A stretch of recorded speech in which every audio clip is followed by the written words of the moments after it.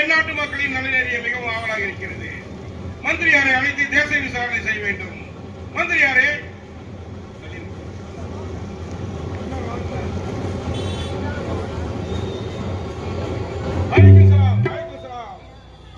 மந்திரியாரே, அல்லாவின் கருணையாலும் பெரியோர் ஆசீர்வாதத்தாலும் எல்லா மத கடவுளாலும் இந்த டெல்லி பட்டாளத்தை சீரோடும் சிறப்போடும் நல்ல பேரோடும் கட்டி காத்து ஆண்டு வருகிறோம்.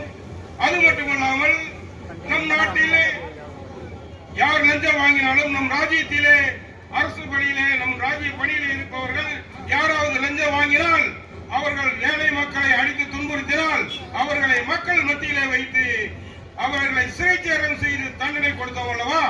அண்ணா, 56 நாட்டுக்கு நீங்கள் பேரரசர்.